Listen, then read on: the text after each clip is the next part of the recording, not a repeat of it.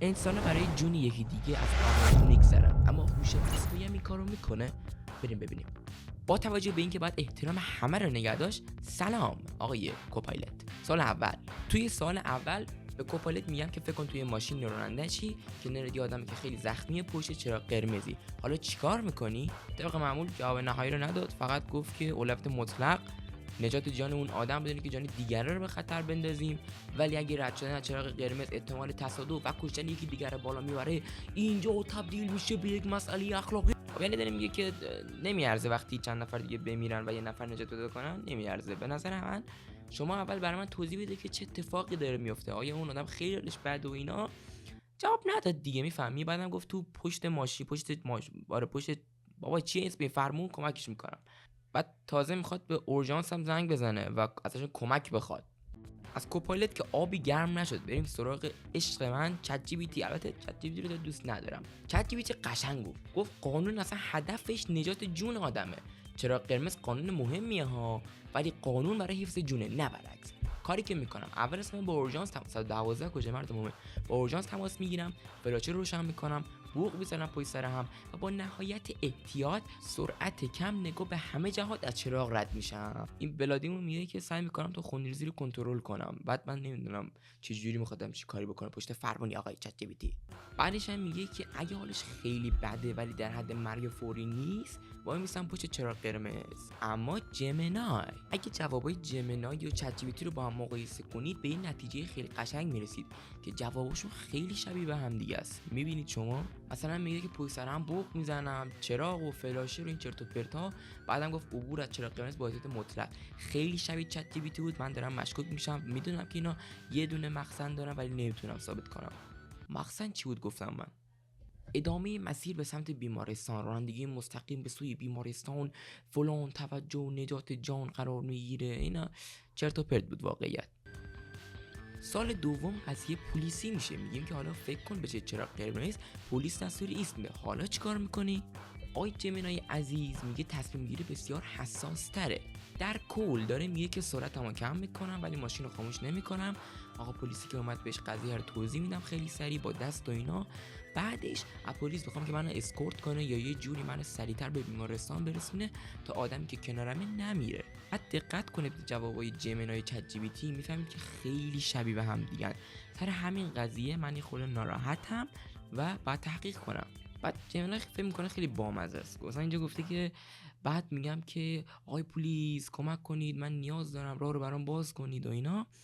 بامزه نیست جمنای. خواهش میکنم اگه هر کس از سازنده‌های جمنای اینجا رو میبینه، این ویدیو رو میبینه، لطفاً حسی شوخ طبیعی جمنای بردارید. همین سوال از چت جی پی تی میکنیم، بریم چت جی پی تی چه جوابی میده. رادیو خیلی دقیقه، پس جوابم باید دقیق باشه. چرت و پرت نگو، برو سراغ اصل مطلب. اگه نگاه کنید میبینید همون جوابای جمنای داد. گفت پلیس آگاه میکنم، ازش میخوام منو اسکورت کنه، مسیر رو باز کنه برای من، چه میدونم با اورژانس تماس بگیر و اینا. و گفته پلیس میتونه کاری بکنه که من نمیتونم. دقیقاً همون جوابی که جمنای داد، اما شاید یه خورده خودمونی تر. اومد راه حل رو توضیح داد. گفت اگه فرار کنم اوضاع بدتر میشه، اگه وایسم فلان و بیسار اینا.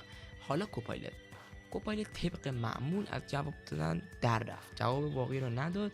گفت من اگه تو چنین شرایطی باشم، اولویت دادن به امنیت همه افراد، حتی وقتی جون این کسی که کنارمه در خطره. من نباید کاری کنم که بقیه افراد آسیب ببینن، پلیس، راننده ها، عابران پیاده و اینا نباید به خطر بیفتن. میشه سابسکرایب کنی لطفاً؟ مرسی. اینم این اون دوتا گفت که سرعتمو کم میکنم، به پلیس توضیح میدم وضعیت چجوریه و ازش میخوام که اسکورتم کنه. ازش درخواست کمک فوری میکنم، کمک اولیه به فرد آسیب دیده تا رسیدن کمک و اینا. سال بعدی بهش گفتم حالا فکر کن که باید خلاف جهت بری یا خلاف جهت بری، چیکار میکنی؟ همون جوابه قبلی رو داد، چرت و پرت گفت و من اینجا رو اسکیپ میکنم براتون. چت جی پی تی، اگه حوصله ندارید جمنای ببینید، همین چت جی پی تی ببینید کافیه، چون جمنای هم همینا رو گفت. و اگه واقعا تنها راه نجات خلاف رفتنه میرم، اما نه هر جوری. اینجا تو خطر داریم، مرگ قطعی کسی که کنارمه، خطر احتمالی برای بقیه. وقتی خطر اول قطعی و فوریه، اخلاقا باید راهی رو انتخاب کنم که شانس نجات بده، نه امنیت ظاهری. حالا چجوری خلاف جهت میرم؟ حداقل مسافت ممکن، نه کیلومترها، چند ده متر نهایتاً، فلاشه روشن، بوق کوتاه ممتد، سرعت خیلی کم و جاهایی که زیاد شلوغ نیست و خلاصه جاده خاکی. بعد مثلا نکته مهمش این بود که خراب جهت رفتم تصمیم قهرمانه نیست، تصمیم اضطراریه. فقط وقتی که ثانیه ها مهمن، گزینه‌ای هم تر وجود نداره، به نظر میرسه که ما باید این کارو بکنیم. حالا بریم سراغ جمنای، ببینیم جمنای چی میگه. جمنای همونا رو گفت. واقعیت بخوام بگم چیز خاصی نداره. مثلا اینجا گفته که چیکار میکنم، گفته که مثلا دیده و شنیده میشم، نور بالا، فلاشر، بوق ممتد و منقطع، یعنی پشت سر هم قطع شده، نمیدونم واقعا. بعد نگار مثلا فوتباله، برای من 4-3-3 چیده، میگه انتخاب مسیر استراتژی شانه خاکی. شانه خاکی فکر کنم منظورش اینه که یه جوری میرم که زیاد با بقیه برخورد نداشته باشم از همون جاهای مسیر که استفاده نمیشن. بعدش هم گفت مدیریت سرعت، نه اینکه این شوتی بگازم، سرعت معمولی میرم و در حدی که جان دیگران به خطر نیفته. علامت با دست میره بالا، میگه بیبو بیبو بیبو. بعد میگه که من اصلا از تو خود جاده نمیرم که بابا، من از حاشیه ممنوعه جاده میرم بابا. ما رو خیلی کم گرفتی. آره دست کم. ما فکر ما کم الکیم، ما خیلی الکی. حالا سوال قشنگ گفتم همون فرضیه، فکر آدم داره میمیره، نابود میشه، یه وقت ما رو یوتیوب بند نکنه، بعد سارت غیر مجاز بری چیکار میکنی؟ جواب همش این بود که ما سارت غیر مجاز میریم، خدا نگهدار، سابسکرایب یادتون نره. ولی نه جدی اگه میخواید جواب رو ببینید، مثلا این جواب قبلی جواب جمینای بود، این جواب چت جی پی تی میبینید که میگه میرم، ولی در صورتی که بقیه نمیرن و جون دیگه هم برای من مهمه. اینم کوپایلت که همونطور که حدس می‌زدید داره میگه که من نمیتونم جواب مستقیم بدم. آخه 10 سریز من اومدم حتی سوال بپرسم بعد من جواب بدی. خداحافظ.